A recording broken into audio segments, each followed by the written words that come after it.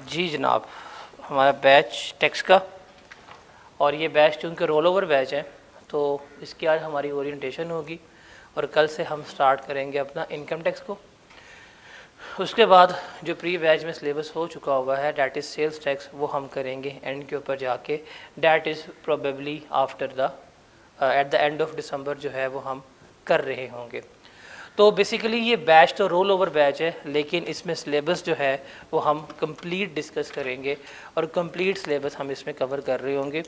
अब कुछ प्री वाले बच्चों का सेल्स टैक्स नहीं भी हुआ था एंड उनकी तैयारी भी ऐसा नहीं थी, तो उनके लिए है फिर वो यहाँ पे इनकम टैक्स में रेगुलर हो जाए। सेल्स टैक्स जो है वो उनका फिर बाद में हो रहा होगा। तो अभी जो भी बच्चा आता है वो बस ये समझे कि उसका एज ऑफ नाउ सिलेबस जो है वो ज़ीरो से स्टार्ट हो रहा है और हम उसको लेके चलेंगे। तो प्रॉपर आज हम गाइडेंस करेंगे, ट्राई करेंगे क्या है और किस तरह से है चीज़ों को हम लेके चल रहे होंगे, वो हम सारा यहाँ पे डिस्कस आउट कर रहे होंगे। हमारा पेपर है क्या, पेपर हमारा किस तरह से पास होगा, किस तरह से हम उसको लेके चलेंगे, सारा कुछ जो है वो हमने यहाँ पे डिस्कस करना है। और चूँकि अभी रिज़ल्ट आया कैब का और आप लोग ज़रा परेशान भी होंगे, थोड़ा सा मैं आपको मोटिवेट भी करूँगा। आपको भी रिसेंट अपने रिज़ल्ट भी दिखाता हूँ। जो मैंने कहा था ना आपको कि 4 बच्चों ने पेपर पास किए एक अटैम्प्ट में, मैं ज़रा आपको अपने स्टूडेंट्स दिखाता हूँ जिनके एक अटैम्प्ट में 4 पेपर भी पास हुए हैं विद CRN नंबर। सो अभी अगर हम रिसेंट ICAP का स्टैट देखें ऑटम 2023 के, तो कुछ ये स्टैट्स हैं जो हमारे सामने आ रहे हैं। R1 में 10,000 बच्चा अपेयर हुआ था, 2700 बच्चा पास हुए। तो अल्हम्दुलिल्लाह से वंस अगेन R1 ने क्या किया है, फेल में टॉप की है, नंबर 1 पे जाता है। टैक्स में 8,720 बच्चा अपेयर हुआ, 3715 बच्चा पास हुआ, which is better as compare to previous result.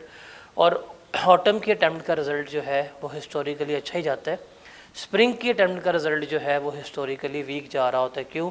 Because syllabus जो है वो हमारा चेंज हुआ होता है, जिसकी वजह से हमारा रिज़ल्ट जो है वो पूरा आ रहा होता है।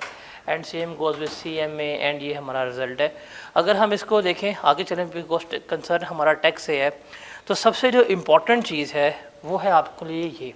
बिकॉज सबसे पहले मैंने आप लोगों को मोटिवेट करना है कि यार ये हमारे इस दफ़ा के स्टेटस आए हैं रिज़ल्ट के। 1761 बच्चे क्या हुए हैं, कैफ क्वालिफाई हुए हैं। अब आप देखें जिन बच्चों ने 4 पेपर पास किए हैं वो कितने हैं, 117 बच्चे। तो 117 बच्चे ऐसे हैं जिन्होंने 4 पेपर पास किए हैं।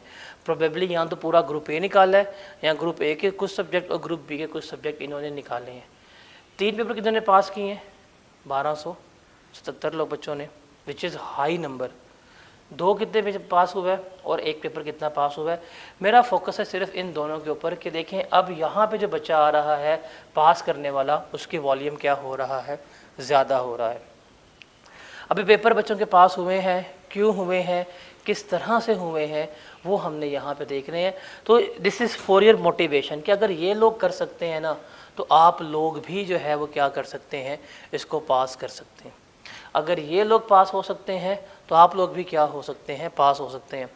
जस्ट अ रैंडम क्वेश्चन, ये जिन बच्चों ने 3 पेपर पास किए हैं, क्या ये 3 पेपर में ही अपेयर हुए होंगे? जिन बच्चों ने 3 पेपर पास किए हैं, क्या 3 पेपर में ही अपेयर हुए होंगे? The answer is no. इन्होंने किसकी अटैम्प्ट किया होगा, 4 का अटैम्प्ट किया होगा, 3 पेपर पास किए होंगे। तो ये अब चीज़ ना बड़ी आइडियल हो गई है कि अब आपको मिनिमम इतने या इतने पेपर में अपेयर होके पास करने की ज़रूरत है। ये वाली चीज़ जो है ना, इसको भूलें। आपको अपने कंफर्ट जोन से क्या होना पड़ेगा, थोड़ा सा बाहर निकलना पड़ेगा, आपको अपने आप को पुश करना पड़ेगा। बिकॉज अब बच्चा जो आ रहा है ना वो बहुत तेज़ आ रहा है।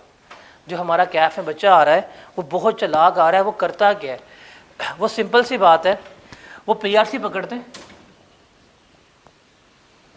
PRC क्वालिफाई करके आता है तो उसको ICAP इशू करता है, उसका CRN नंबर जो उसकी अटैम्प्ट्स बन रही होती हैं। अब वो इतना चालाक है, या आप क्लेवर कह सकते हैं, वो पहली अटैम्प्ट में ही 4 पेपर उठा रहे हैं।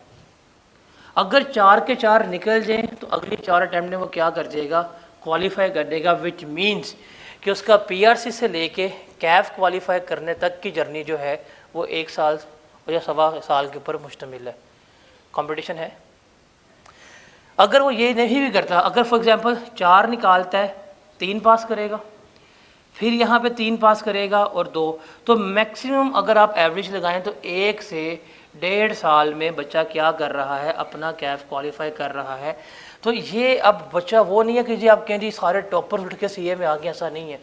टॉपर सारे सीए में नहीं आते, लेकिन अब जो बच्चे आ रहे हैं वो बड़ा प्लान्ड होकर चल रहे हैं। उन्हें पता है कि यार ये चीज़ डूएबल है, तरीके से करूँगा, पेपर जो है मेरा डूएबल है।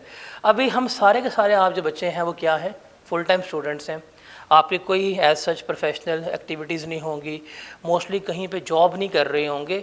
तो आप लोगों को भी क्या करना चाहिए, आप लोगों को भी इसको पुश करना चाहिए, अपने आप को देखना चाहिए थोड़ा सा टाइम वगैरह लगा के कि यार अगर मैंने इस अटैम्प्ट में 2 पेपर देने थे तो 2 पेपर तो ना दें। देखिए 2 पेपर कितने पास करने वाले बच्चे हैं, 2800।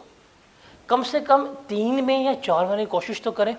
अगर 4 की कोशिश करते हो, 3 पास हो भी जाते हैं तो आपका कॉन्फिडेंस, आपकी मोटिवेशन जो है वो क्या होगी, बहुत ज़्यादा होगी। आपने अपने कैफ को भी प्लान करना है, आपने अपने नंबर ऑफ़ अटैम्प्ट्स को भी प्लान करना है। द थिंग इज़ डैट हम पढ़ना नहीं सीख पा रहे। पढ़ना कैसे है, हम समझते हैं कि सीए में आ गए हैं, हमें 20-20 घंटे या 25-25 घंटे पढ़ने की ज़रूरत है। ऐसा नहीं है।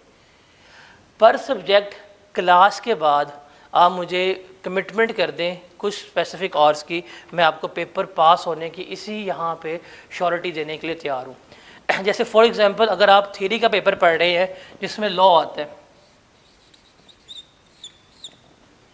अगर लॉ की बात करें तो लॉ की क्लास होगी, फॉर एग्जांपल हम कंपनी लॉ की बात करते हैं, यहाँ पे हो रही है 1 घंटे 15 मिनट की क्लास हुई, क्लास ली और घर जाके आप इसको 1 घंटे से 1 घंटे 15 मिनट पढ़ लें। मीन्स जो क्लास में काम हुआ उसी को जाकर दोबारा कर लें। ठीक है, हम बात करते हैं फिर न्यूमेरिकल पेपर की। जैसे R1 की है, इसकी क्लास कितने घंटे की है, 1.5 घंटे की क्लास हुई। घर जाके आपने 1.5 घंटे से 1 घंटा 45 मिनट तक पढ़ना है। जो प्रैक्टिस मिली होगी, जो क्लास वर्क करवाया होगा, सिर्फ क्या करना है, आपने उसको दोहराना है। और अगर जो न्यूमेरिकल थ्योरेटिकल मिक्स पेपर है, जैसे टेक्स्ट हो गया और एमएफए हो गया, इसकी अगर हम बात करें तो क्लास है 1 घंटे 15 मिनट की और आपने भी कितना पढ़ना है, घर जाके 1 घंटे 15 मिनट से 1.5 घंटे के दौरान पढ़ना है। तो टोटल ड्यूरेशन पढ़ने की कितनी बनते हैं क्लासेस की आपने, हम अगर 3 सब्जेक्ट को एवरेज आउट करते हैं कितने बन रहे हैं ये बनता है 1 2 3 4 घंटे। 4 घंटे की क्लासेस और सेल्फ स्टडी कितनी बनती है आपकी, आप मैक्सिमम रेंज पे जाएं, यहाँ पे बन गया आपके पास 3 4 और 4.5 घंटे की सेल्फ स्टडी जो घर बैठ के आपने करनी है। तो आप खुद बताएं, क्या 24 घंटों में से आपके पास 8 से 9 घंटे नहीं है? क्या 24 घंटों में से आपके पास क्या 8 से 9 घंटे नहीं है? ये 8 से 9 घंटे इंक्लूसिव ऑफ योर क्लासेस हैं राइट नाउ, जिसमें आप क्लासेस भी ले रहे हो। 8 से 9 घंटे सेल्फ स्टडी की बात नहीं कर रहा, 8 से 9 घंटे किसकी बात कर रहा हूँ, इंक्लूसिव और एक क्लासेस के आपने क्लास भी पढ़नी है। अगर आप ये 8 से 9 घंटे की मुझे आज के दिन, आज हमारे पास 6 नवंबर है, आज के लिए कमिटमेंट दे देते हो, मैं आपको श्योरिटी दे देता हूँ अगर 3 पेपर पास करना चाहते हो 3 भी निकल जाएंगे, 4 पास करना चाहते हो 4 भी निकल जाएंगे। तो अगर 4 पेपर पास करने हैं तो आप उसमें क्या करें, इसमें 2 घंटे मज़ीद ऐड कर लें, 2.5 घंटे मज़ीद ऐड कर लें, तो कितने बन जाएंगे, 11.5 घंटे। अगर आप फुल टाइम स्टूडेंट हैं, घर की कोई ऐसा जिम्मेदारी नहीं है, घर के काम काज नहीं, मतलब दूसरी जिम्मेदारियाँ अर्निंग वाली या रिस्पॉन्सिबिलिटीज़ नहीं है, और अगर आपके पास से टाइम निकलता है 24 घंटे में, तो आई बिलीव आपको ये अटैम्प्ट में अपने आप को पुश करना चाहिए। ये जो आपकी करंट अटैम्प्ट है, ये बहुत अटैम्प्ट सुकून वाली है। सर्दी है, कोई छुट्टी नहीं है, दिन छोटे हैं और रातें बहुत लंबी हैं। सोना हमने 12 बजे के बाद ही होता है। आप 8 बजे भी डिनर कर लेंगे तो आपके पास 4 घंटे तक रील्स चलनी है। तो वो 4 घंटे की रील्स देखने की बजाय अगर आप प्रैक्टिस कर लें तो वो बेहतर नहीं। तो ये वाली अटैम्प्ट आप ज़रा प्लान करके करें। एक दफ़ा एक अटैम्प्ट में अपने आप को आपने पुश करना है। आपने क्या करना है, अपने आप को पुश करना है। अगर आप अपने आप को एक अटैम्प्ट में पुश करते हैं, थोड़ी सी तकलीफ़ में जाते हैं, थोड़ा अपना कंफर्ट जोन ख़त्म करते हैं, और जस्ट एक एग्जांपल, आपने 4 पेपर अटैम्प्ट किए, अगर चारों पास हो गए, आप लिखवा लें आपका अगली अटैम्प्ट में क्वालिफाई हो जाएगा। और मेक श्योर करें कि आप अपना खुद का एक पर्सनलाइज टारगेट सेट करें कि सितंबर 2024 में मैंने क्या करना है, ये क्वालिफाई करना ही करना है। आई के अपना टाइम लिमिट दी हुई है, एक आपका पर्सनलाइज टारगेट है ना। अगर आप उस टारगेट को अचीव कर लेते हैं, आप सितंबर में क्वालिफाई कर लेते हैं, तो आप खुद सोचें आपकी मोटिवेशन कहाँ पे होगी। मार्केट में आ जाएंगे, जल्दी आर्टिकल्स मिल जाएंगे, फर्म बेचर मिल जाएगी, कंपटीशन भी कोर्स जो है वो क्या हो रहा है, बहुत ज़्यादा स्ट्रॉन्ग हो रहा है। अब आप खुद देखें जो यहाँ बच्चा है, क्या ये अगले दफ़ा क्वालिफाई हो रहा है? कंफर्म क्वालिफाई हो रहा होगा, यहाँ वाला भी क्वालिफाई हो रहा होगा। तो ये कंपटीशन भी बहुत क्या हो रहा है, स्वेर हो रहा है। तो ये चीज़ ना बड़ी डूएबल है अगर आपके पास ये इस इक्वेशन के मुताबिक इतने घंटे दिन में मौजूद हैं, तो ये डूएबल है 8 घंटे निकालना। ये 8 घंटे इनक्लूसिव ऑफ क्लासेस हैं 3 पेपर के लिए, 11 घंटे 4 पेपर के लिए इनक्लूसिव ऑफ क्लासेस हैं। क्या आपने क्लासेस भी क्या करनी है, साथ लेनी है। तो क्लास लिया पढ़ लिया, क्लास लिया पढ़ लिया, वो भी कंसेक्टिव नहीं, आप ब्रेक ले सकते हो बीच में। अगर आप ये कर लेते हो रेगुलरिटी के साथ, कंसिस्टेंसी के साथ, आपका पेपर जो है बड़ा बेहतर तरीके से पास हो जाएगा। अभी आप में से कुछ बच्चों ने पेपर दिया है, कुछ लोग हैं पेपर दे के आ रहे हैं। जो बच्चे पेपर दे के आ रहे हैं, कुछ पास भी हुए हैं, कुछ फेल भी हुए हैं। अब आप खुद देखें, आप अपने आप को कंपेयर करें कि जब आप एग्ज़ाम में पेयर होने जा रहे थे, तो जो लास्ट मंथ आपने एफर्ट्स की थी आई गेस ये स्पीकर बंद है ना, ठीक है। वो जो हमने लास्ट मंथ एफर्ट्स की थी, मुझे लास्ट मंथ की एफर्ट थी, कितना हेक्टिक हुए थे हम लोग। अगर आपने अपने आप को उस लास्ट मंथ की एफर्ट से भी बचाना है, तो जो आपने लास्ट सेशन में गलतियां की हैं, आपने उसको भी क्या करना है, अवॉइड करना है। अगर आप इस अटैम्प्ट में क्या करना चाहते हैं, क्वालिफाई करना चाहते हैं या अपने पेपर पास करना चाहते हैं, मेरी शदीद ख्वाहिश है कि आप अपने आप को इस अटैम्प्ट में एक दफ़ा पुश करें, अपनी कंफर्ट जोन से निकलें ज़रा। आप कर गए, एफर्ट की और हो गया, तो आपका कॉन्फिडेंस लेवल इतना ऊपर होगा, अभी डीमोटिवेटेड हो रहे हो, फील कर रहे होंगे, डर रहे होंगे, लेकिन मई के बाद आप कहेंगे यार इस सितंबर मेरा क्वालिफाई हो जाएगा। तो आपके अंदर ये कॉन्फिडेंस आना चाहिए। अब ये जो मैं कह रहा हूँ यार 4 पेपर ऐसे हैं वैसे हैं, कैसे होंगे, चलिए मैं आपको ज़रा दिखाता हूँ। अभी जो रिसेंट रिजल्ट आया बच्चों का, मैं कह रहा था ना आपको कि यार वन ऑफ द, मैं इसको लाइक हर साल में 2 दिन में मैं अपना रिज़ल्ट शेयर करता हूँ, मतलब एक मई के मंथ में और एक नवंबर के मंथ में। मैं ज़रा आपको दिखाता हूँ। अभी तक मैंने सिर्फ इतने ही पोस्ट किए थे, बाकी मैं पोस्ट नहीं कर पाया था। अभी हमने रिज़ल्ट देखा था बच्चों का, कितने बच्चों के 3 पेपर पास हुए हैं, कितने बच्चों को 4 पेपर पास हुए हैं। अब देखते जाएं कि मेरे स्टूडेंट्स का R1 और टैक्स किस किस का पास हुआ है। आप इवन नोट कर सकते हैं सीरियल नंबर, आप उसको वेरीफाई भी कर सकते हैं कि कौन था और कौन नहीं था। ये देख सकते हैं आप, टैक्स R1 पास, अगले का देख रहे हैं बिल्कुल नीचे, इसका पूरा ग्रुप ए पास हुआ है। ये PH वाला भाई था, R1 टैक्स, CMA और बिजनेस लॉ। ये जो उन 117 स्टूडेंट्स हैं उसमें से एक आ रहा है। फिर अब आगे चलते हैं, इसका CLO पास, FA1 पास, CMA पास, इसका FA2 रह गया सिर्फ। उसके बाद अगर आप आगे चलते हैं तो देखते जाएँ आप, टैक्स है, लॉ पास है, टैक्स पास हुआ। ये भाई साहब ने अपना वैसे रिजल्ट भेज दिया गजट से उठा के। टैक्स, लॉ, R1, मतलब ऑन एवरेज इस दफ़ा मेरे स्टूडेंट्स का R1 और टैक्स जो है वो पास हुआ है ऑन एवरेज। 3 पेपर जो हैं ज़्यादा बच्चों के पास हुए हैं, इसलिए मैं कह रहा हूँ कि आप लोगों को भी 3 पेपर होने चाहिए। अब देखें R1 टैक्स और लॉ पास हुआ है भाई साहब का। तो ये सारे कुछ रिज़ल्ट्स हैं जो हमारे जो आने यहाँ पे हैं, जो उसने हमें बच्चों के साथ शेयर किए हैं। 80 के करीब ये रिज़ल्ट हैं जो यहाँ पे बच्चों के हैं, और 80 के करीब सेकंड हैं जो मैंने शेयर किए हुए हैं। अभी तकरीबन इसकी डबल क्वांटिटी है जो मेरे पास शेयर करने का टाइम नहीं मिला था। अब मैं आपको बताता हूँ कि यार आपके पास पूरा सेशन है, 4 से 5 महीने आप कर सकते हो। ये कुछ देखें ज़रा कि इन बच्चों ने 1-1 महीने में पढ़ के पास किया हुआ। ये क्या है सर, आपका टैक्स का सिर्फ फास्ट बैच लिया था, 3-4 मेजर टॉपिक्स कवर किए थे और उससे पास हो गया। फास्ट बैच वो था जो सिर्फ 40 डेज़ का था, पास कर गया। आगे चलते हैं, कहाँ पे गया, टैक्स पास, CMA और R1 नहीं हुआ, लेकिन उसका टैक्स पास हो गया। ऊपर पढ़े तो इस भाई साहब कोई 4 अटैम्प्ट टैक्स में लग चुकी हुई थी। फिर अब यहाँ पे जाते हैं तो it was my 3rd attempt, लेकिन टैक्स जो है पास हो गया। और ये बंदा जो है, मैंने सारी क्रॉप किया हुआ है, ये पाकिस्तान के हर बंदे से पढ़ के आया है। वो है ना वो लोटा तो मेरे पास लोटा, तो ये लोटा था, वो वाला लोटा नहीं, मतलब वापस आने वाला। तो डैट इज़ द थिंग। अगर मैं आपको बच्चों के मैसेजेस दिखाना शो करूँ तो आपको खुद होगा मोटिवेशन फील कि यार इतने बच्चे जो हैं वो पास हुए हैं। और आप उनको अगर उनकी आप स्टडी देखें कैसे हुए हैं, कुछ ने फुल सेशन पढ़ा है, जो लॉन्ग सेशन पे पढ़ के गए हैं 4 महीने या 5 महीने, वो बच्चे थे जिन्होंने 3 पेपर पास किए हैं, 4 पेपर पास किए हैं।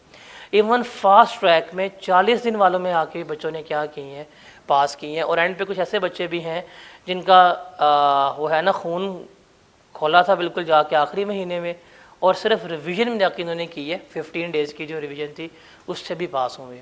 तो ये रिज़ल्ट सिर्फ और सिर्फ आपको दिखाने के लिए है कि यार लास्ट अटैम्प्ट में अगर मैं आपको पुश करने या कह रहा हूँ कि यार 3 पेपर दें या 4 पेपर दें, द रीज़न इज़ डैट कि 3 पेपर वाले बेतहाशा बच्चे मेरे पास हुए हैं, क्योंकि उनमें से R1 टेक्स्ट तो मेरा ही था। 4 पेपर वाले भी बेतहाशा बच्चे जो हैं पास हुए हैं। आई गेस 15 से 16 बच्चे हैं, नहीं 25 से 30 बच्चे हैं मेरे पास जिनका इसमें से 4 पेपर पास हुए हैं। विद सीरियल नंबर वेरीफाई कर सकते हैं इस 117 में से। तो मैं आपको चाहता हूं कि आप लोगों ने थोड़ा सा अपने आप को मोटिवेट करना है, थोड़ा सा पुश करना है, और हमने पेपर जो है ये पास करना है। अब टेक्स्ट के बारे में थोड़ी बात करते हैं, क्या है क्या नहीं है। लेकिन आप लोगों को चूँकि पास करवाना है ना, तो इंसान पढ़ता 2 चीज़ों से ही है, या तो शौक़ से या खौफ से। शौक़ हमें है नहीं और खौफ किसी के बाप का भी नहीं है, डरते तो हम है नहीं। लेकिन चूँकि अब आप लोग आए हैं, आप लोगों की एक जो है बेसिक कमिटमेंट वो ये है कि मैं आप लोगों को पर्सनलाइज जो है ना वो आपको साथ ज़रा एक फॉलोअप रखूँगा इस अटैम्प्ट में। हम यहाँ पे ना एक कॉमन डे डिसाइड कर लेंगे, कॉमन डे, जिसमें आप सब बच्चों ने जो आपको एक वीक में काम करवाया जाएगा, आप लोगों ने अपने हैंडआउट्स ला के मुझे चेक करवाने। आप लोगों के पास एक टैक्स का रजिस्टर होना चाहिए। क्या? टैक्स का रजिस्टर, उसके ऊपर कोई दूसरी चीज़ नहीं होनी चाहिए। हमने पूरे वीक में जो काम किया, जो क्लास नोट्स थे, जो मैंने सवाल दिए करने के लिए, वो इवन जो उस वीक में टेस्ट होके चेक होके रिटर्न भी हो गया। मेरा रूम यहाँ पे ही है, आप मुझे टाइम बता दीजिएगा। हम सैटरडे मोस्ट प्रोबेबली एक टाइम डिसाइड कर लेंगे, आप लोगों ने जाना है मेरे पास। आपने पूरा मुझे अपने वीक का काम चेक करवाना है कि मैंने ये काम किया है, मैंने ये सवाल किया है, इसको चेक करके दें कोई गलती है या नहीं है, वो हम कर रहे होंगे। एक तो ये है कि मैंने 1 बाय 1 हर एक के ऊपर चेक एंड बैलेंस रखना है। क्यों? बिकॉज अगर मैं आपको मोटिवेट करूँ ना कि आपने अपने आप को पुश करना है, अपने आपने कंफर्ट जोन से बाहर निकलना है, तो आपको फिर मुझे साथ फोकस भी करना पड़ेगा, करवाना ही पड़ेगा। क्यों? इंसान पढ़ता 2 चीज़ों से है, शौक़ से या खौफ से। शौक़ हमें है नहीं, खौफ किसी के बाप का नहीं है, तो फिर हमें क्या करना पड़ेगा, तो यहाँ पे इसको लेके चलेंगे। और जो बच्चे कॉम्बो और ऑनलाइन वाले हैं, इनके लिए भी हम क्या करेंगे, इनके लिए एक वीक में लाइव सेशन हम अरेंज कर लेंगे, जिस पे शाम के टाइम बैठा हूँगा मैं, ये अपना कोई सवाल हो जो पूरे वीक में है, कोई क्वेश्चन वगैरह हो, ये उस पर पूछेंगे जूम के ऊपर आके, तो मैं इनको आंसर दे रहा हूँगा। इवन ये जो ऑनलाइन वाले बच्चे हैं, ये भी अपना पूरा इसी वे में जिस तरह आप लोग करेंगे, अपने पूरे वीक के हैंडआउट्स बनाएंगे, जो टेस्ट वगैरह होगा उसको PDF में कन्वर्ट करके मुझे ईमेल करेंगे, मैं वो भी चेक करके वेरीफाई करके उनको दे दिया करूँगा। तो इस सेशन में, चूँकि लास्ट सेशन में काफ़ी ज़्यादा वॉल्यूम था मेरे पास स्टूडेंट्स का, तो इस सेशन में मेरा एक टारगेट जो रखा हुआ है, पर्सनलाइज टारगेट है कि मेरिट सर्टिफिकेट इस सेशन में दोबारा हमने लेके आना है। तो उसके लिए मुझे आपको पुश करना है, और मुझे आप लोगों को 3 से 4 पेपर जो हैं वो पास करवाने ही करवाने हैं। अगर आप 3 पेपर दे रहे हैं, मेरा रिस्पॉन्सिबिलिटी है कि आप जितने मेरे से पढ़ रहे हैं, अगर आप मेरे से R1 पढ़ रहे हैं या टेक्स्ट पढ़ रहे हैं, वो तो मेरी रिस्पॉन्सिबिलिटी है, वो पास करवाने हैं। मैंने आपको इनके साथ साथ कैपेबल करना है कि अगर आप R1 टेक्स्ट या मेरे अलावा किसी से भी कोई भी सब्जेक्ट पढ़ रहे हैं, आप वहाँ पे भी इतने कैपेबल हो जाएं कि आप यही टेक्निक्स जो है वहाँ पे अडॉप्ट करें, और वो वाला पेपर जो है वो भी क्या हो, आपका पास होना चाहिए। तो हम ये इसी वीक में डे डिसाइड कर लेंगे, उस डे के ऊपर मैं अवेलेबल हूँगा, मैं 1-to-1 काउंसलिंग के लिए अवेलेबल हूँगा। आप लोगों ने अपने हैंडआउट्स, अपने रजिस्टर लेके आने, पूरे वीक में जो काम हुआ है, जो काम किया है, आप लोगों ने वो काम मुझे चेक करवाना है। जो क्वेश्चंस किए हैं, जो गलतियाँ हुई होंगी वो मैं हाईलाइट करूँगा। इवन जो टेस्ट मार्क होके मिले होंगे वो भी आपको बताए जाएंगे। और जो ऑनलाइन वाले बच्चे होंगे, जो कॉम्बो वाले बच्चे होंगे, उनके लिए फिर हम लाइव सेशन अरेंज कर लेंगे वीक में, most probably Friday after 7 PM, 7 से लेके रात 8:30 तक होगा लाइव सेशन। आप मुझे अपने हैंडआउट्स जो आपने बनाए हैं वो PDF में ईमेल करेंगे, मैं आपको वहाँ पे उसको चेक करके गाइड करूँगा और 1 to 1 जो है वहाँ पे डिस्कस करता जाऊँगा। तो इस सेशन में हमने क्या करनी है, एक पर्सनलाइज टच रखना है ताकि हर बच्चे को पता हो कि यार मेरे ऊपर चेक एंड बैलेंस है और मैंने पेपर जो है वो हर हालत में पास करना है। आपके ऊपर सिर्फ थोड़ा सा चेक एंड बैलेंस आ गया ना, जो बच्चा पढ़ने वाला है उसका पेपर पास हो जाएगा। आप लोगों ने पेपर देने हैं, जो बच्चे अभी फेल होके आए हैं उनको समझ नहीं आ रहा कि हम फेल हुए क्यों हैं, क्लोज फेल होगा, पढ़ा भी अच्छा होगा, तो अब उसकी असेसमेंट भी हो जाएगी। जब 2 से 3 दफ़ा आपका चीज़ें रिव्यू हुई, आपके टेस्ट रिव्यू हुए, आपकी गलतियां आइडेंटिफाई हुई, आपको भी समझ आ जाएगी कि व्हाट वाज द रीज़न कि मेरी लास्ट अटैम्प्ट क्यों फेल हुई थी। तो हमने थ्रू आउट द सेशन ये चीज़ जो है वो अडॉप्ट करनी है। ठीक है, अब बात करते हैं आगे कि हमारे पैकेज में क्या कुछ शामिल है, क्या वैल्यूज़ ऑफ़र की जाएंगी, इस कोर्स के फ़ीचर्स क्या है, हमारा आपस में इंटरेक्शन कैसे होगा। फ़िज़िकल इंटरेक्शन तो पता ना यहाँ बैठा हूँ, डे भी डिसाइड हो गया, ऑनलाइन बच्चों के लिए किस तरह हम इंटरेक्ट कर रहे होंगे, सिलेबस की आउटलाइन, बुक फाइनली आने वाली है, बिल्कुल 5 चैप्टर रह गए हैं मजाक से हट के, एग्जामिनर कमेंट्स वगैरह और कुछ टिप्स एंड टेक्निक्स जो हैं वो देखते हैं। अगर सबसे पहले बात करें तो ये रोल ओवर बैच है, बट ये पोस्ट बैच 100% डेडिकेटेड ही चलेगा। इसमें सिलेबस जो है वो हमारा कंप्लीट कवर होगा। इससे पहले वाले प्री वाले अरसे में हमारा सिविल टैक्स कवर हो गया था, आपको उसकी परेशान होने की ज़रूरत नहीं है।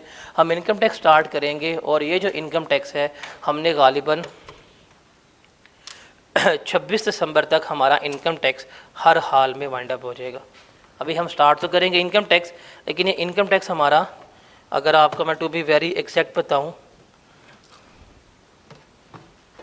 24 दिसंबर तक जो है वो हमारा इनकम टैक्स हर हालत में कंप्लीट हो जाएगा। उसके बाद फिर हम क्या शुरू करेंगे, सेल्स टैक्स शुरू करेंगे और गालिबन 15 जनवरी तक हमारा सिलेबस जो है ये कंप्लीट हो जाएगा। तो पूरा सिलेबस, कंप्लीट सिलेबस करवाया जाएगा। कोई आपको रिकॉर्डिंग्स, कोई आपको प्रीवियस लेक्चर्स नहीं दिए जाएंगे ताकि आप लोग कंफ्यूज हों कि यार ये क्या हो रहा है क्या नहीं हो रहा, वो चीज़ आपके साथ नहीं होगी। प्रॉपर यहाँ पे स्क्रैच से पढ़ेंगे। क्लास हमारी डेली होगी, क्लासेस हमारी 6 डेज इन अ वीक है और संडेज हमारे ऑफ है। गालिबन सेशन में एक आधी छुट्टी जो मेरी प्लान्ड है वो दिसंबर में है, वो बता दूंगा, उसमें टेस्ट होंगे। बाकी हमारी क्लासेस हफ्ते में 6 दिन ही हुआ करेंगी। क्लास की रिकॉर्डिंग्स पोर्टल पे उसी दिन आ जाती हैं। उसके अलावा आपके सेशन में एंड के ऊपर आप लोगों के लिए फ्री क्रैश कोर्स होगा। हमारा सेशन टाइम में यही रहेगा, क्लास टाइम चेंज होना, मर्ज होना कोई पॉसिबिलिटी नहीं है। व्हाट्सएप के ग्रुप में फिजिकल ग्रुप भी हैं, वहाँ पे भी ऐड कर दिया गया है, वो भी आपको ओपन कर दिया जाएगा। उसके अलावा आपके टेस्ट वगैरह जो है वो रेगुलर होते जाएंगे। हम आपको कल टेस्ट का स्केड्यूल जो है वो दे देंगे, जिसमें लिखा होगा कि कितने टेस्ट हैं, किस किस दिन, किस किस चैप्टर का, किस किस टॉपिक का टेस्ट है, वो लिखा होगा। तो पूरे सेशन में लाइक जनवरी एंड तक गालिबन आप कोई 28 के करीब टेस्ट दे रहे होंगे, जिसमें टॉपिक्स, सब टॉपिक्स, क्वार्टर मॉक वगैरह बीच में शामिल होंगे। तो वो उसका स्केड्यूल हम आपको कल ट्यूसडे या वेडनेसडे को to be very exact provide कर रहे होंगे कि ये आपका टेस्ट का स्केड्यूल है। उसके अलावा आपके पास रिकॉर्डिंग में LMS का सिस्टम होगा, जहाँ से आप क्या कर सकते हैं, आप एक्सेस कर सकते हैं, और आपके पास इन वीडियोज़ की एक्सेस जो है वो एग्ज़ाम डे तक होगी। तो ये सारी चीज़ें जो है वो हम आपको ऑफ़र कर रहे होंगे। इसमें से हर चीज़ जो है वो मेक श्योर करेंगे हमारी पूरी हो। अब कोर्स में क्या होगा कि सबसे पहले तो आपको हर टॉपिक के नोट्स जो हैं वो प्रोवाइड किए जाएंगे। नोट्स जो हैं वो हम आपको गूगल ड्राइव का लिंक ग्रुप में लग जाएगा, नोट्स हम आपको प्रोवाइड करेंगे सॉफ्ट फॉर्म में। ठीक है, बुक अगर 10 दिन में अगले आ जाएगी प्रोबेबली, तो फिर आपको नोट्स की ज़रूरत नहीं होगी, वो आपके पास हैंड आउट्स मौजूद होगा, फिजिकली बुक मौजूद होगी, आप उस पर लिख सकते हैं। 10 दिन तक अगर किताब नहीं तो 10 दिन के नोट्स जो हैं वो प्रोवाइड करना मेरी रिस्पॉन्सिबिलिटी है, वो मैं आपको प्रोवाइड कर दूँगा। उसके बाद किताब होगी, वो किताब लेके चलनी पड़ेगी। One of the most sorted way में किताब है जो हमने तैयार की है, जिसमें चैप्टर्स के वॉल्यूम तो ज़्यादा है, मतलब चैप्टर टोटल 32 हैं, 32, लेकिन चैप्टर का कंटेंट है ना वो बहुत कम कर दिया हुआ है। फॉर एग्जांपल एक चैप्टर जो है वो 3 पेजेस का है, 5 पेजेस का, तो हमने एक उसको ना बहुत तरतीब से सीक्वेंस से अरेंज किया हुआ है कि आप उसको करते जाएं, आपका टेक्स्ट जो है पूरा सिलेबस कवर होता जाता है, तो वो आपको किताब मिल जाएगी। उसके अलावा हम हर टॉपिक, हर लॉजिक जो है उस किताब में भी एक्सप्लेन्ड है, हर इम्पोर्टेंट कंसेप्ट के साथ एग्जाम्पल्स, पास्ट पेपर्स भी इसमें इंटीग्रेटेड है और वही हमारे नोट्स में भी होंगे। हम जब पढ़ते जाएंगे, जैसे आप प्री वाले बच्चों ने सेल टैक्स पढ़ा है, तो जहाँ जहाँ पे भी कोई एग्जांपल थी, कोई ना कोई पास्ट पेपर था, हम करते जा रहे थे। सिमिलरली हम इनकम टैक्स में भी ये चीज़ जो है वो अडॉप्ट करेंगे, लेके चलेंगे। आई कैप के पास्ट पेपर्स करेंगे, जो रीसेंट अटैम्प्ट के हैं मोस्टली पिछली 7 अटैम्प्ट के पास्ट पेपर वो हम क्लास में ही कर रहे होंगे। उसके अलावा आपको हर चैप्टर की समरीज़ भी मिलेंगी और वो समरीज़ जो हैं वो बुक में इंटीग्रेट हो जाएंगी, तो आपको एक्स्ट्रा समरीज़ कैरी करने की ज़रूरत नहीं है। चैप्टर के एंड के ऊपर समरी शीट्स जो हैं वो भी हमने साथ जो आपको प्रोवाइड की होंगी। उसके अलावा न्यूमेरिकल फॉर्मेट्स आपको सिखाए जाएंगे, बिकॉज आई बिलीव कि अगर आपको टेक्स्ट में न्यूमेरिकल का फॉर्मेट याद हो जाता है ना, समझ आ जाती है, आपके मार्क्स प्रॉपर आ जाते हैं। न्यूमेरिकल के फॉर्मेट बहुत इंपॉर्टेंट होते हैं, लिखा हो कि यार शुरू यहाँ से करना है, ख़त्म यहाँ पे करना है, ये करेंसी डिनोमिनेशन है, वो सब कुछ लिखा होना चाहिए। तो हर चीज़ जो है वो आपको प्रोवाइड की जाएगी। डिस्कशन के लिए आप लोग मेरे से डिस्कशन करेंगे, प्रोबेबली हमारा सैटरडे का डे होगा जिसमें हम 1 to 1 डिस्कस कर सकते हैं। अगर आप सैटरडे को फिज़िकली कॉलेज में आप लोग भी अवेलेबल नहीं हैं, जो फिज़िकल वाले बच्चे हैं, तो आप भी लाइव सेशन जो है वो अटेंड कर सकेंगे घर बैठ के जूम के थ्रू। आप भी ये वाली टेक्निक अडॉप्ट कर सकते हैं कि आपने पूरा हफ्ता जो काम किया उसकी पिक्चर्स खींचो, उसका पीडीएफ बनाओ, मुझे ईमेल कर दो, जो उसमें आपके होंगी शॉर्टकमिंग्स होंगी, जो अपडेट्स वगैरह होंगी वो मैं आपको बता दिया करूँगा और लाइव सेशन में आके फिर आप डिस्कस कर लिया करेगा। 1 to 1 क्वेश्चनिंग भी हो जाया करेगी, तो आप लोगों के लिए भी होगा, जो बच्चे कॉम्बो के हैं ऑनलाइन है वो वाले भी। इवन फिजिकली कोई आके बच्चा मिलना चाहता है तो वो भी मुझे मिल सकता है, बट मेरी अवेलेबिलिटी जो है वो शाम 6:30 बजे के बाद है, उससे पहले मैं अवेलेबल नहीं हूँ। उससे पहले मैं सुबह 10 बजे से लेके मेरी एग्जैक्ट 6:30 तक ब्रेक टू ब्रेक, मतलब ब्रेकलेस जो है वो क्लासेस चल रही हैं, जिसमें मुझे 5 मिनट का भी ब्रेक नहीं मिलता। तो 6:30 के बाद या तो मैं अवेलेबल हूँ या सुबह 9 से 10 में अवेलेबल हूँगा। अगर आपने डिस्कस करना हो वो आ सकते हैं। अगर आपके लिए 6:30 के बाद रुकना कैंपस में मुश्किल है या डर लगता है, रात हो जाती है, तो फिर आप अपने घर में बैठ के उस वक्त तक आप जूम मीटिंग के ज़रिए ज्वाइन कर लेना मुझे वीकेंड के ऊपर, फ्राइडे को। आप वहाँ पे मेरे साथ चीज़ें डिस्कस कर सकते हो, मैं आपको गाइड करता जाऊँगा। इवन हमारे पास व्हाट्सएप ग्रुप होगा, आप वहाँ पर मेरी चीज़ें पूछ सकते हो। ग्रुप ओपन हो जाएंगे हमारे वीक के बाद, मैं आपको वॉइस मैसेजेस या इवन आप मुझे पर्सनल मैसेज भी कर सकेंगे, मैं आपको जो है वो हर चीज़ बताता जाऊँगा। तो तमाम लेक्चर्स जो हैं वो आपको स्लाइड्स की फॉर्म में कराए जाएंगे। स्लाइड्स मेरी बड़ी मज़े की होती हैं, आपको पता है। इस दफ़ा नया करैक्टर आएगा बीच में, मिनियंस से मैं थक गया हूँ, अब मिनियंस का कोई एक्स्ट्रा चीज़ हम लेके आएंगे, तो सारा कुछ जो है वो हम आप करेंगे। तो ये सारे फीचर्स जो हैं ये आपको ऑफ़र किए जाएंगे। लिटरली आई वांटेड कि आप लोग का पेपर जो है वो हर हाल में पास हो। अगर नहीं होगा तो दुख मुझे होता है, मैं कहता हूँ कि यार आए हैं निकलें आगे जाएं, वापस से रुक जाते हैं ना बच्चों का, बहुत दुख होता है। तो आप लोगों ने बस ये चीज़ कोशिश करनी है कि आप लोग फॉलो करते जाएं। आप लोग थोड़ी सी एफर्ट करें, मैं भी उतनी एफर्ट इन्वॉल्व करने के लिए तैयार हूँ। बस पेपर हम लोगों ने हर हालत में ये पास करने, ये वाला हो गया, जितने पेपर हो गए वो हमने क्या करने हैं, हर हालत में पास करने। तो ये तमाम फीचर्स जो हैं ये सारे कुछ क्या किए जाएंगे, आपको ऑफ़र किए जा रहे होंगे। और बिलीव मी, पास करने के लिए यही चीज़ें चाहिए आपको। जितना कुछ हम ट्राई कर रहे हैं, जो कुछ हम ऑफ़र करने की कोशिश कर रहे हैं, अगर आप इसको एज़ इट इज़ क्लेम कर लेते हैं, इसको अवेल कर लेते हैं, आप फेल नहीं हो सकते। लेकिन हम क्या होते हैं, लथार्जिक होते हैं, हम चीज़ों को उस तरह टेकअप नहीं कर पाते, हमारे लेक्चर पेंडिंग हो जाते हैं।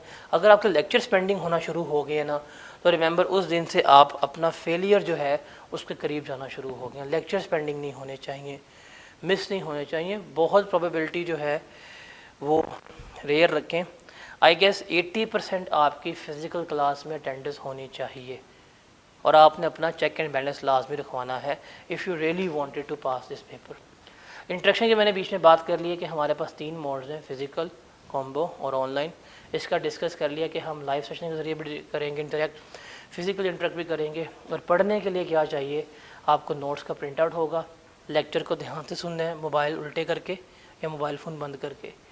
उसके अलावा जो एक्सप्लेनेशन होगी, जो पॉइंट्स होंगे वो लेक्चर्स पे लिखते जाएं।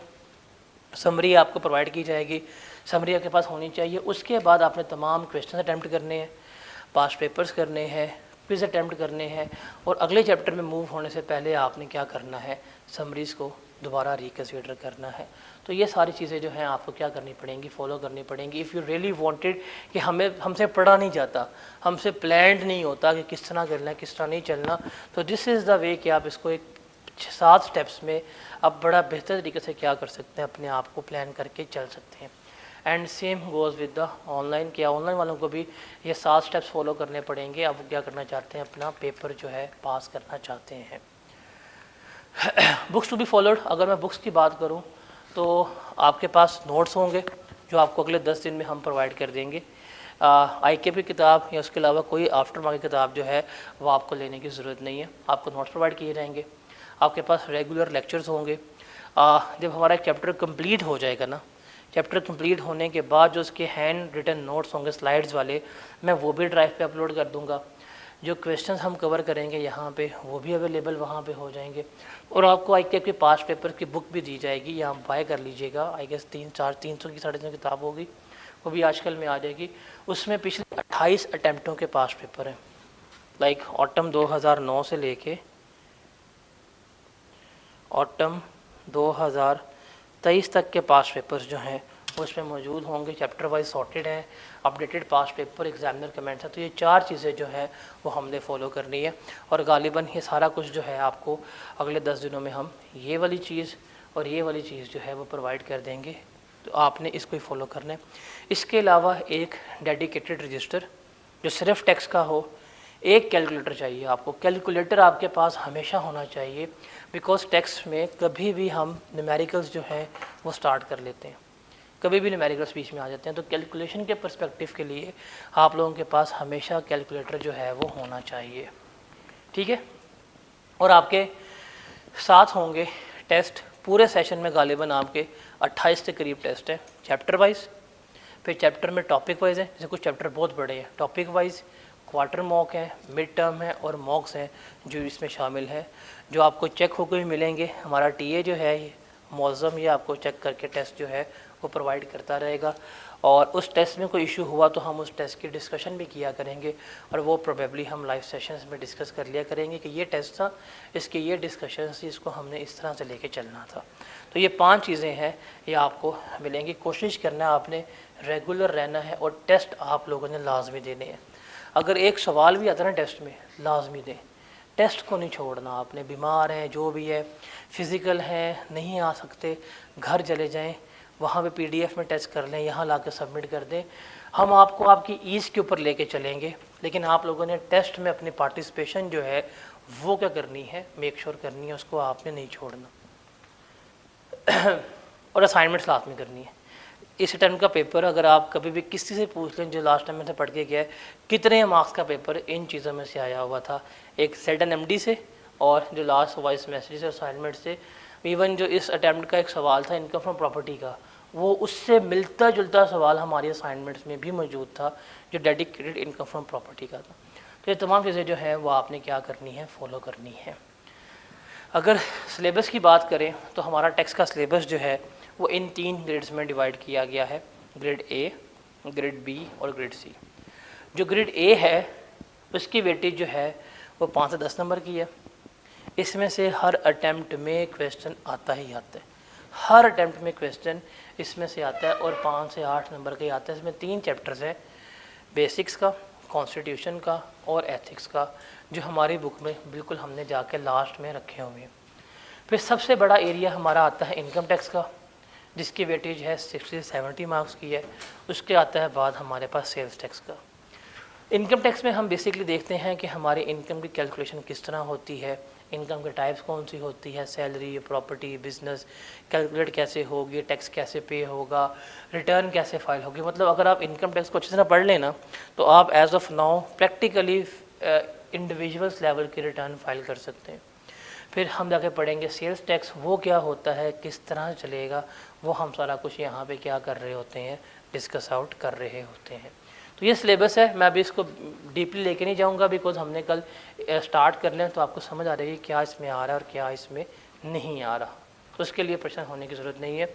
एक चीज़ जो हमारे लिए इम्पॉर्टेंट है वो है हमारा ICAP का पेपर स्ट्रक्चर टैक्स का कैसा है, उसको हमने समझना है। तो अगर पेपर स्ट्रक्चर की बात करूँ मैं ICAP में तो टैक्स का पेपर ना एक यूनिक पेपर है कि जो हमारा थ्योरेटिकल भी है प्लस न्यूमेरिकल भी है।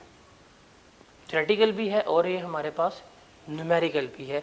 थ्योरी भी आएगी और न्यूमेरिकल भी आ रहे होंगे। तो इसको अगर आप थ्योरेटिकली प्रिपेयर करते हैं, न्यूमेरिकली प्रिपेयर नहीं करते, तब भी फेल हो जाएगा। अगर न्यूमेरिकली प्रिपेयर करते हैं और थ्योरेटिकली प्रिपेयर नहीं करते, तब भी क्या हो जाएगा, फेल हो जाएगा। बिकॉज अगर आप एनालिसिस करें तो 60% आपके पास न्यूमेरिकल्स आने हैं और 40% है आपके पास क्या आनी है, थ्योरी आ रही होनी है। तो ये आपको दोनों पर्सपेक्टिव में तैयार करना पड़ेगा। और इसको करना कैसे है, इसको करवाने की रिस्पॉन्सिबिलिटी मेरी है। बिकॉज न्यूमेरिकल्स में तो मैं आपको इतना कैपेबल कर दूंगा कि आपका कॉन्फिडेंस इतना ऊपर हो जाएगा कि आपको कभी भी न्यूमेरिकल्स में सफ़र नहीं करना पड़ेगा। आपको फॉर्मेट्स, उनकी लॉजिक्स इतनी अच्छी आ जाएंगी कि आपको उसमें सफ़र नहीं करना पड़ेगा। थ्योरी में हमारा प्रॉब्लम होती है। अब थ्योरी की बात करें तो थ्योरी जो है हमारे पास दो तरह की होती है। एक होती है हमारे पास नॉलेज बेस, जिसमें स्ट्रेट रटा लगता है। अब रटे वाले हमारे पास 4 चैप्टर हैं, 5 चैप्टर हैं जो स्ट्रेट रटे वाले हैं। बाकी आती है हमारे पास थ्योरी, वो है एप्लीकेशन बेस, जिसमें हमने कंसेप्ट्स को क्या करना होता है, अप्लाई करना होता है। तो कैसे करना है, किस तरह करना है, हम वो भी देखते जाएंगे। उनको किस तरह से प्रेजेंट करना है वो भी हम देखते जाएंगे। तो ये चीज़ें होती हैं हमारी। अगर पेपर स्ट्रक्चर की बात करूँ तो इसमें हमारे 7 से 8 क्वेश्चन जो हैं वो हमारे पेपर में आते हैं, जिसमें से 2 क्वेश्चंस जो हैं प्रोबेबली वो हमारे होते हैं सेल्स टैक्स में से, और इसमें से एक आता है हमारे पास न्यूमेरिकल, जो गालिबन होता है हमारे पास 15 से 17 नंबर का, और बाकी हमारे पास थ्योरी आती है जो होती है 12 से 15 नंबर की। ये सेल्स टैक्स की डिवीज़न है। फिर एक क्वेश्चन आएगा जो हमारे पास बेसिक्स का ग्रिड है, वहाँ से इसकी वेटेज है 5 से 8, वैसे 5-10 की वेटेज है लेकिन 5 से 8 नंबर का सवाल आता है। और तकरीबन 4 से 5 क्वेश्चन हमें मिलेंगे जो होंगे हमारे इनकम टैक्स में से। इसमें से 2 हमें मिलेंगे बड़े न्यूमेरिकल और 3 हमें मिलेंगे थ्योरेटिकल प्लस शॉर्ट क्वेश्चंस जो होंगे वो मिल रहे होंगे। तो आप पेपर को पकड़ें तो पेपर में आपको 8 में से 3 सवाल मिलेंगे न्यूमेरिकल्स के होंगे और 5 सवाल जो हैं वो अदर देन न्यूमेरिकल्स आपके होंगे। और जो ये 3 सवाल न्यूमेरिकल्स के होते हैं गालिबन ये 55 मार्क्स के बन जाते हैं। 20 नंबर का एक होगा, 17 का एक होगा, एक 17 का दूसरा होगा। तो इस तरह से होता है। तो शॉर्ट कैलकुलेशन इसके अलावा होती है। तो ये पेपर है, ये फॉर श्योर हमारा इस तरह का ही पेपर आना है और इस तरह से ही हमारा पेपर जो है वो बन रहा होता है। तो कैसे लेके चलेंगे वो मैं आपको साथ साथ गाइड करता रहूँगा। बट ये one of the unique paper है कैफ में, जो न्यूमेरिकल भी है और जो थ्योरेटिकल भी है। आपको दोनों पर्सपेक्टिव पे क्या करना पड़ेगा, इसको तैयार करना पड़ेगा। जो चीज़ रट्टे वाली है बता दूंगा कि यार ये चीज़ क्रैम करने वाली है। जो चीज़ लर्निंग वाली है बताता जाऊंगा साथ साथ। जो चीज़ कंसेप्चुअली इंपॉर्टेंट है वो भी क्या की जाएगी, आपको साथ साथ गाइड करता जाऊंगा ताकि आपको कोई किसी किस्म की प्रॉब्लम जो है वो इसमें फेस ना हो रही हो। तो ये पेपर स्ट्रक्चर है जो हमें पता होना चाहिए। अब ये जो भी हम बात करने लगे हैं ना, ये आप लोगों के लिए बहुत ज़्यादा इम्पोर्टेंट है। अगर आपकी फर्स्ट अटैम्प्ट है ये चीज़ें आपने अवॉइड करनी है। अगर आप फेल हो चुके हुए हैं तो आपको पता होगा कि जिसने हमें रीजंस बताई हैं हमारी फेलियर के रीजंस यही होंगी। बिकॉज आप पेपर दे के आते हैं तो जो बंदा आपको फेल करता है वो कौन है, एग्जामिनर है। तो एग्जामिनर जो है ही नोज़ बेटर कि क्या रीजंस हो सकती हैं फेलियर की, या क्या बच्चों ने शॉर्ट कमिंग्स थी या उनकी शॉर्ट परफॉर्मेंसेस थी, वो हमें बताता है। अगर हम इसका रिजल्ट देखें तो गालिबन ये रेड है। ऑटम 22 में इसका रिजल्ट 38% था, फिर इसका रिजल्ट हो गया 29%। ऑन एवरेज इसका रिजल्ट जो है वो 39% पे रह रहा होता है। अगर हम पेपर दे के आते हैं, पेपर फेल हो जाता है, परेशान हो जाते हैं, पूछते फिरते हैं मुझे क्यों निकाला, मैंने तो पेपर पूरा किया था, 90 मार्क्स का पेपर किया, 80 मार्क्स का पेपर किया, 98 का किया, क्यों फेल किया। तो राइट पर्सन जो आपको बताएगा वो कौन है, एग्जामिनर। एग्जामिनर जो है वो हमें बता रहा है कि भाई मैंने बच्चों को फेल क्यों किया। जो अभी ऑटम 23 के एग्जामिनर कमेंट्स आए नहीं, अदरवाइज मैं वो भी रीड कर देता। ऑटम स्प्रिंग 23 का रिजल्ट कितना था, 29% रिजल्ट था, 8 क्वेश्चन आए थे। अब आप देखें क्वेश्चन नंबर 8 में कितने बच्चे पासिंग मार्क्स ले चुके हैं, 24%। कितने बचाए, 9%, 6%, 30%, 15%। तो 8 में से 5 सवाल ऐसे हैं जिनमें बच्चों का क्या हुआ था, तकरीबन इंतहा का बुरा हाल था। कहते थे ओवर जो परफॉर्मेंस थी वो डिक्लाइन हुई है। Due to poor performance in question 2, 4 and 5, 2 में 15, 6 और 9 में, ये उसने बता दिया। फिर कहता है it has been observe that examinees were unable to apply their theoretical knowledge to practical situation, कि जो एप्लीकेशन बेस्ड क्वेश्चन है बच्चों से वो हो ही नहीं पाते, उन्हें पता ही नहीं है उनका। फिर वो कहता है जी ये उसने एक प्रॉपर क्वेश्चन को डिस्कस किया हुआ है कि जैसे लॉसेस का सवाल था, उन्होंने जो मैंने पूछा था वो उसने हमें नहीं बताया, तो ये ट्रीटमेंट वगैरह, तो ये एक इस अटैम्प्ट में थ्योरेटिकली एक बहुत बड़ी रीज़न थी अंडर परफॉर्म करने की। बाकी उसने क्वेश्चन वाइज एनालिसिस दिया हुआ है कि यार ये एनालिसिस है, क्वेश्चन वाइज ये मार्क्स हैं। चलें, इस अटैम्प्ट में जज्बाती हो गया होगा एग्जामिनर। किसी और अटैम्प्ट के कमेंट्स पढ़ लेते हैं। ऑटम 22, रिजल्ट कितना था? 38%। अभी भी रिजल्ट ऑटम का 37% के करीब ही है, तो ऑटम का रिजल्ट बेहतर होता है, स्प्रिंग का रिजल्ट बुरा होता है। क्यों? बिकॉज अब टेक्स्ट का सिलेबस चेंज हुआ है, साफ सीधी बात है, टेक्स्ट में चेंजेस आई हैं। अब जो रिपीटर हजरात होते हैं वो क्या करते हैं, वो कहते हैं यार हमने पहले पढ़ा था, हम फेल हो गए थे, अब अगर हम दोबारा ना पढ़ें, लेक्चर्स ना लें, खुद ही कर लेंगे।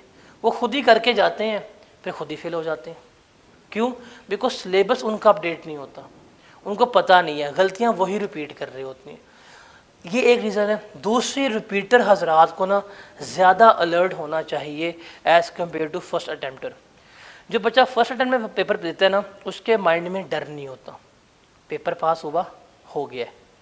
जब आप रिपीट पे जाते हैं तो आपके माइंड में एक डर है, आपको एक मिल गया, फेलियर का भी मिल चुका हुआ है। दूसरा, आपको लगता भी है मुझे आता है, अगर आता होता फेल ना होता। जब चौथा आप कहते हैं मैं खुद पढ़ लूँगा, तो आप कभी भी प्लान ही नहीं कर पाते। अभी आपको बहुत से आपके फेलोज मिलेंगे, कहेंगे यार मैं तो खुद पढ़ लूँगा, फेल ही हुआ ना 48 में, खुद पढ़ लूँगा। 31 दिसंबर गुजर जाएगी, उसने किताब नहीं खोलनी अपनी। क्यों? उसके माइंड में क्या है, मुझे आता है। जब वो दिसंबर तक अगर वेस्ट करके उसने किताब ना आया, उसने अपनी रूटीन डेवलप ना की, पेपर क्या हो जाएगा? फिर फेल हो जाएगा। और टेक्स्ट का पेपर जालिम पेपर है। यहाँ तो पहली अटैम्प्ट है, यहाँ कौन सी है? तीसरी है। बिकॉज दूसरे में पास नहीं होता। दूसरे में पास इसलिए नहीं होता बिकॉज मोस्टली बच्चे जो फेल होते हैं वो कहाँ चले जाते हैं? सेल्फ स्टडीज़ पे, खुद कर लूँगा। अगर सिलेबस चेंज हुआ होता है, उन्हें पता नहीं होता क्या होगा क्या बीच में नहीं होगा, उस तरह पढ़ते नहीं, उसमें एफर्ट नहीं करते, अल्टीमेटली क्या हो जाते हैं? फेल। फिर आते हैं सर वो फेल हो गया, कुछ करवा दें, तरले कर रहे होते हैं। फिर थर्ड अटैम्प्ट में ऑन एवरेज पास होता है। सेकंड अटैम्प्ट अगर आपके किस पेपर में लग गई है तो बिलीव करें, अगर जो आपकी सेकंड अटैम्प्ट है तो आपको उसको पास करने के लिए, उसको क्लियर करने के लिए फर्स्ट अटैम्प्ट से ज़्यादा जोर लगाना पड़ेगा, ज़्यादा एफर्ट करनी पड़ेगी। फिर जाके क्या होगी? आपको पास होगी। क्यों? बिकॉज आपको अपने माइंड में एक इंसेक्ट मारना है, वो क्या है? मुझे आता है। आप यही समझते रहेंगे मुझे आता है, आपको वो आता नहीं होगा, फेल हो जाएंगे। तो आपने, अगर आप रिपीटर हैं तो आपने इस चीज़ को मेक श्योर करना है कि आपके माइंड में जो है ना मुझे आता है, वो वाला फैक्टर ख़त्म होना चाहिए। अच्छा, कहते हैं जी रिजल्ट एवरेज ही था। Below average performances were observed in theory based question which show poor writing skills of examinees. फिर थ्योरी, मतलब स्प्रिंग में भी थ्योरी थी 23 में, यहाँ भी थ्योरी है, बच्चों को लिखना नहीं आता।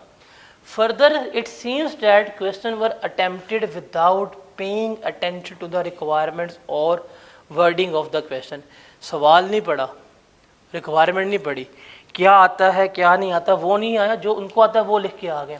For example in question number 4 इसकी बात कर रहे हैं, इसका 27% रिजल्ट है। Many examining wasted their precious time discussing whether they are resident और नॉन रेजिडेंट पर्सन।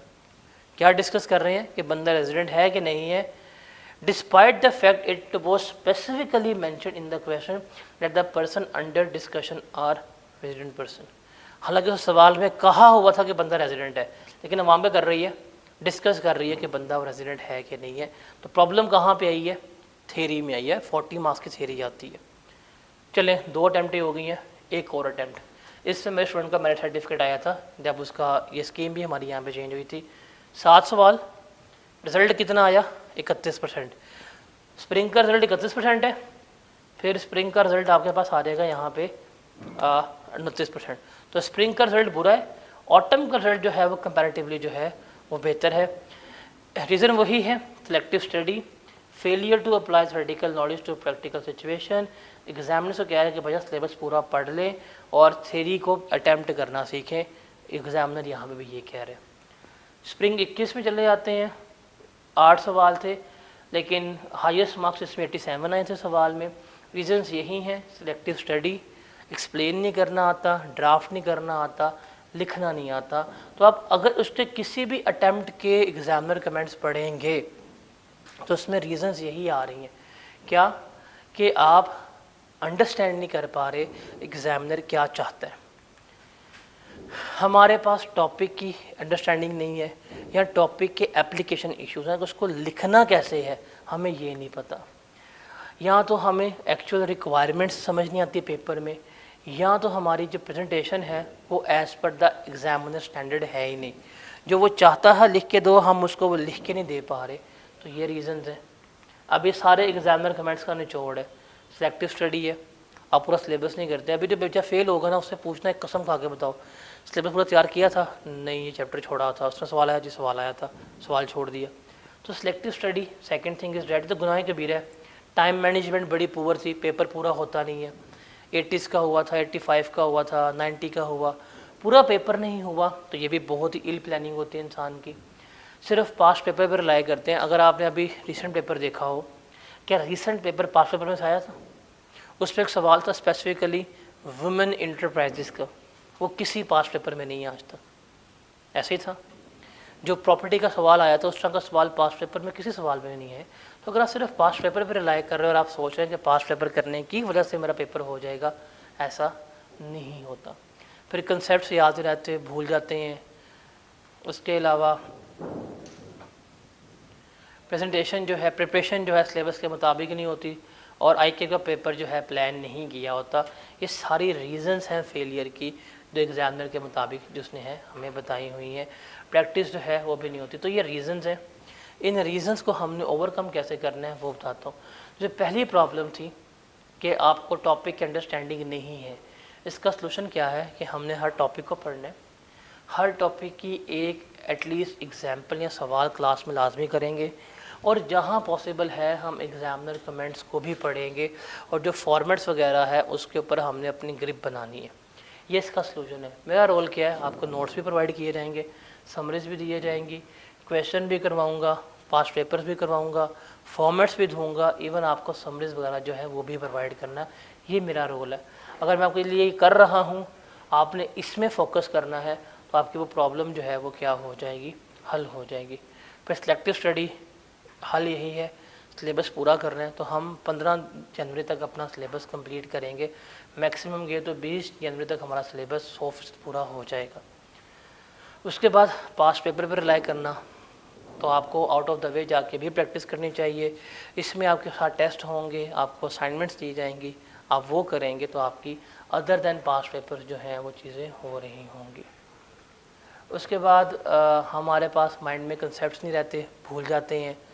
कंसेप्ट्स को रिटेन करना, तो समराइज नोट्स बनाएं। तो मेरा रोल क्या होगा कि जो 1 पेज समरीज हैं वो प्रोवाइड करना किसकी ज़िम्मेदारी है, वो मेरी ज़िम्मेदारी होगी। सिलेबस एज़ पर आई कैप तैयार नहीं होता, हम प्रॉपर ग्रिड को फॉलो करेंगे। जिस जिस चैप्टर से जितने जितने मार्क्स आते हैं हम उसको करेंगे। पास्ट पेपर पर रिलाई करते हैं, हम पास्ट पेपर के अलावा भी क्वेश्चंस करेंगे, असाइनमेंट्स करेंगे, सीफे में कुछ सवाल करेंगे ताकि हमारी फर्दर प्रैक्टिस जो है वो हो सके। तो हम कुछ स्पेसिफिक एरियाज़ की स्ट्रिक्टली प्रैक्टिस करेंगे जो हमारे रेंज से बाहर होगी, मतलब सीफे के सवाल होंगे ताकि ये तमाम प्रॉब्लम जो है वो हमारी क्या हो रही हो, सॉर्ट हो रही हो। तो ये तमाम एग्जामिनर कमेंट्स में जो हमारी प्रॉब्लम्स थी, उन प्रॉब्लम के सॉल्यूशंस थे, वो हम इस तरह से उसको लेके चल रहे होंगे। एंड पे कुछ टिप्स एंड टेक्निक्स हैं, ये आपने फॉलो करनी है। सबसे पहले सिलेक्टिव स्टडी नहीं करनी, तैयार पूरा करना है।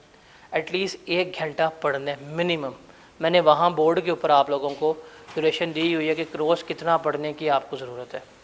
उसके अलावा आखिरी महीना जो है वो हो रिविजन्स के लिए, उसमें तैयार नहीं करना। वो नहीं उस पर आप बैठ के लेक्चर पूरे कर रहे हो, वो वाला सीन नहीं होना चाहिए। वो सिर्फ क्या हो, आपका रिविजन्स के लिए होना चाहिए। उसके अलावा पार्टिसिपेशन लाजमी है टेस्ट में, क्लास में। क्लास में आपने सुम्मुम बुकमुम नहीं होना, गूंगे और बहरे लोग। या मैं आऊँ क्लास पर मैं कहूँ अस्सलाम वालेकुम या अहलुल कबूर, ये नहीं कहूँगा। थोड़ा एक्टिव होना है, थोड़ा सा आपने इन्वॉल्व होना है बीच में। हो गया, फीमेल्स ने भी अगर आके पीपी तो करनी है इस सेशन में, तो आपको नेक्स्ट सेशन पीपी करनी है, वहाँ पे जाके आपने बोलना है, आपकी स्पीकिंग स्किल्स होगी, तो आप लोगों ने भी अपना ये हेजिटेशन जो है वो ख़त्म करनी है, बोलने वाली क्लास में पार्टिसिपेट करना है, ठीक है। फिर कैसे कैंपस वैसे भी फीमेल्स वाला ही है, FGDC गर्ल्स डोमिनेटिंग कैंपस, तो यहाँ पे आप करें, यहाँ पे डॉन बन गए फिर कोई मसला नहीं है। उसके अलावा आपने हर किसी तरह के नोट्स, यहाँ से ये चीज़ मिल रही है कर ली, वहाँ से वो चीज़ मिल रही है कर ली, ये नहीं करना। अवॉइड करना है चीज़ों को कि अगर आपको एक बंदा चीज़ें प्रोवाइड कर रहा है उस पर फोकस करें। अगर मल्टीपल नोट्स लेके जाएंगे ना, कंफ्यूज हो जाएंगे। यहाँ पे कुछ बात लिखी है, यहाँ पे कुछ और तरीके से लिखी हुई है, बिकॉज ये है भी लीगल लॉ की लैंग्वेज है, इंटरप्रिटेशन में फ़र्क होता है, आप क्या कर लेंगे, कंफ्यूज कर लेंगे। और हर एक से सजेशन नहीं लेनी। कुछ स्पेसिफिक चांद तारों वाले ग्रुप जो है ना सोशल मीडिया के, उनको अवॉइड किया करें आप लोग, साफ सीधी बात है। वो नेगेटिविटी ज़्यादा आपके माइंड में इंड्यूस करते हैं, भरते हैं, आपको डीमोटिवेट करते हैं। आप कभी भी खोलेंगे ना फेसबुक पे, देखें कहाँ पे ज़्यादा आपको डीमोटिवेट किया जा रहा है, तो उन लोगों को, उन फोरम्स को आप लोगों ने अवॉइड करना है, आप इस पेपर को अगर पास करना चाहते हैं। तो यहाँ पे हमारी ये सारा प्लानर था। कल हम स्टार्ट करेंगे अपना फर्स्ट चैप्टर से, और हम इनकम टैक्स से मूव करेंगे, हम उसको लेके चलेंगे। आप लोगों ने इस चीज़ के ऊपर फोकस रखना है कि आप कितने पेपर दे रहे हैं, ये बड़ा इंपॉर्टेंट है। कितने पेपर दे रही हैं आप आप 3, तेरे कल तो 2 थे, अच्छा एक बढ़ गया, तेरे कितने? तो देखिए 3 मिनिमम एक्सेप्टेबल है। अब 3 पेपर दे रहे हैं और 3 पास हो सकते हैं। मैंने आपको रिजल्ट दिखाया बच्चों का अपने, इसमें R1 टैक्स मेरे से था और B लो मोस्टली बच्चों का पास हुआ है। तो 3 पेपर डूएबल हैं, ये आपके पास होने चाहिए। 3 पेपर के लिए आपको क्लासेस के साथ दिन में कोई 8 से 9 घंटे निकालने हैं, इंक्लूडिंग क्लासेस। तो अगर 3 पेपर की क्लासेस 4 घंटे की हैं, 4 घंटे पढ़ लो, बाकी KFC जाए, लेयर्स जाएँ, जहाँ दिल करता है वारागर्दी करें, बट ये आपने अपने साथ कमिटमेंट करनी होगी। और वो वाली चीज़ आपने भूलनी नहीं है कि आप लोगों को एक टाइम डिसाइड करना पड़ेगा जिस पे आप लोगों ने अपने पूरे वीक का मुझे आंसर करना है कि ये हमने किया है, ये हमने लिखा है, ये हमारे नोट्स हैं, चेक करें गलती तो नहीं है कोई। तो अगर आप ये चीज़ करते हैं, मैं आपकी पेपर पास होने की श्योरिटी देने को तैयार हूँ। एक तो अटेंडेंस आपकी होनी चाहिए पूरी तो नहीं, एटलीस्ट 80% तो बीच में आप क्लास में आ रहे हैं। टेस्ट आपके 80% होने चाहिए, आपका पेपर जो है ये पास हो जाएगा। बस आप लोगों ने कंसिस्टेंट रहना है। अगर आप कंसिस्टेंट हैं तो पेपर आपका ये इंशाल्लाह क्या हो जाएगा, क्लियर हो जाएगा, ठीक है। तो कल हम स्टार्ट करेंगे इनकम टैक्स से, और प्रोबेबली 26 या 24 दिसंबर तक हमारा इनकम टैक्स जो है वो कंप्लीट हो जाएगा बाय एवरी पर्सपेक्टिव। तो क्लास टाइमिंग हमारी 10:15 पे है, बट प्रोबेबली मैं 10:05 तक क्लास स्टार्ट कर दूंगा। तो आप कोशिश करके 10 बजे तक इसी रूम में आके बैठ जाइए कीजिएगा। 10:05 या 10:10 तक हमने क्लास स्टार्ट कर देनी है। आज भी हम 10:10 पे क्लास स्टार्ट करने लगे थे, फिर थोड़ा वेट करना पड़ गया। तो क्लास टाइम हमारा 10:15 ही है, बट 10:10 या 10:05 तक हम क्लास स्टार्ट कर दिया करेंगे, ताकि हमारे पास रूम हो जिसमें मैं रोज़ आपसे सुन सकूं कि हाँ भाई क्या पढ़ा है क्या नहीं पढ़ा। डेली बेस पे मैं सुन रहा हूँ, ताकि आप लोगों को भी पता हो कि भाई पढ़ के ज़्यादा बिस्ती हो जाती है, तो नहीं सुनाओगे तो बिस्ती तो बड़ी होगी। तो ये चीज़ आप लोगों ने तैयार रखनी है। तो यहाँ तक कोई सवाल वगैरह है तो पूछ सकते हैं। कोई क्वेश्चन? हाँ भाई, ठीक है, फिर वाइंड अप करते हैं, कल मिलते हैं। अगले वीकेंड तक आपको हम बुक्स जो है वो हैंड बाउंड्स में दे देंगे, हार्ड बाउंड्स में आपने वो कैरी करनी है। तो अगले वीकेंड तक के जो नोट्स हैं वो आपको PDF में जो है वो मैं प्रोवाइड कर दूंगा, प्रिंटेड फॉर्म में प्रोवाइड कर दूंगा। उसके बाद जो बुक है वो हमारी हार्ड बाउंड में आ जाएगी, ठीक है। तो मिलते हैं जी इंशाल्लाह कल विद आवर फर्स्ट चैप्टर। आपके पास रजिस्टर लाजमी होना चाहिए, जो डेडिकेटेडली किसका होगा, टैक्स का होगा, उस पर कोई कुछ नहीं लिखना, R1 लॉ CM में कुछ नहीं लिखना, सिर्फ किसका होना चाहिए, वो टैक्स का होना चाहिए, ठीक है। मिलते हैं निकल, अल्लाह हाफिज़।